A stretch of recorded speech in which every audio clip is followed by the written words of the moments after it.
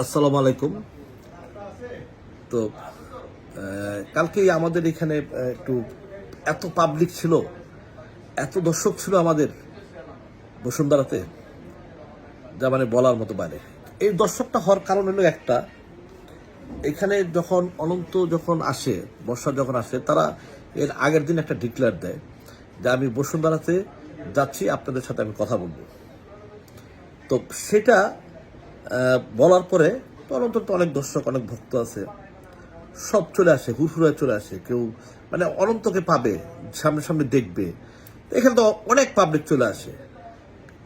যদি অনন্ত যদি এই কথা না বলে আসে, তাহলে তো অনন্তর দর্শকরা তো অনন্তকে দেখতে পারতেছে না। তো সেখানে কালকে অনেক দর্শকরা চলে আসে এখানে। অনন্তর কেউ বলছে অনন্তর গার্মেন্টসের, আবার কেউ বলছে ইকবাল নিয়ে আসছে। তো ইকবালের এত ঠেকা পড়ে নাই, আর অনন্তর এত ঠেকা পড়ে নাই যে গার্মেন্টস থেকে আর ইকবাল নিয়ে আসবে। আর স্বাভাবিক, এটা বাংলাদেশের যত বড় যে স্টারই হোক না, আমরা রাজ্জাক স্যার আমরা দেখছি, আলমগীর ভাইয়ের আমরা দেখছি যে ওনারা যখন একটা জায়গা যায়, শত শত হাজার হাজার লোক ওনারা চলে আসে এখানে। তো সেম জিনিসটাই হয়েছে। তো সেইখানে আমি ভিডিওটা দেখছি, খুব চেক করে দেখছি, যে বলতেছে যে এখানে কোনো মেয়েকে ধাক্কা বা, আমি এই ভিডিওতে অনেক এই ধরনের কোনো কিছু দেখি নেই, খালি একটা মেয়েকে দেখছি যে চলে যাচ্ছে, আপনাকে পাগল লাগে বলে। তো হাজার হাজার মানুষের ভিতরে যদি কেউ বলে যায় ধাক্কা কোথায় লাগছে, ভিডিওতে কিন্তু স্পষ্ট ধাক্কাটা দেখি নাই। ধাক্কাটা যদি দেখতাম তাহলে হয়তো আমি তাকে চিহ্নিত করতে পারতাম, হ্যাঁ, কে ধাক্কাটা মারছে। এখানে আমাদের কিছু দুই চারটা ছোট ভাই ব্রাদার আছে সাংবাদিক, যারা বলতেছে যে অনন্ত গার্মেন্টসে নিয়ে আসেন, ইকবাল ভাড়া করে নিয়ে আসেন। না, ইকবালও ভাড়া করে নাই। তারপরে আমি আমার সময় টেলিভিশনের যে আমার বোনটাকে আমি আজকে আমার যমুনাতে আসছে, তা আসার পরে জিজ্ঞেস করছি এই ধরনের কোনো ঘটনা, সে আমাকে স্পষ্ট বলছে না, ইকবাল ভাই আমাকে অফিস থেকে জিজ্ঞেস করছে এই কথা, আমি এই ধরনের কোনো ঘটনা ঘটে নাই।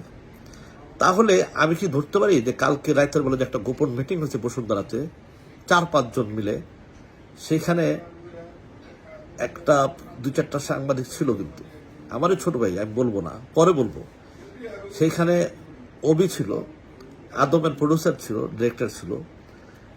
সেখানে কিন্তু একটা ঘটনা ঘটছে, যে রিপোর্ট কিন্তু আমার কাছে আছে, যে কিলহিম নিয়ে কে দাবানের জন্য একটা গেম যে হয়েছে, সেইখানে গেমটা 2-4 জন সাংবাদিক ছিল। তাহলে কি তারা এটা লুটাইতেছে? আমি নামটা বলবো পরে।